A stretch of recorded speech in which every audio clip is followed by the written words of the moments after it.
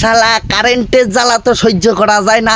রাত্রি কারেন্ট থাকে না, দিনের বেলায় কারেন্ট থাকে না, এই জ্বালা কি সহ্য করা যায়? শীতকালে বউ ছাড়া থাকা যায়, কিন্তু গরমকালে কারেন্ট ছাড়া থাকা যায় না। এদিকে আবার তেল পাওয়া যাচ্ছে না, আবার ধর্ম নিয়ে মারামারি। আরে হিন্দু মুসলমান ধর্মের কথা বলিনি, শালা হিন্দুদের ভিতরে মারামারি লেগে বসে।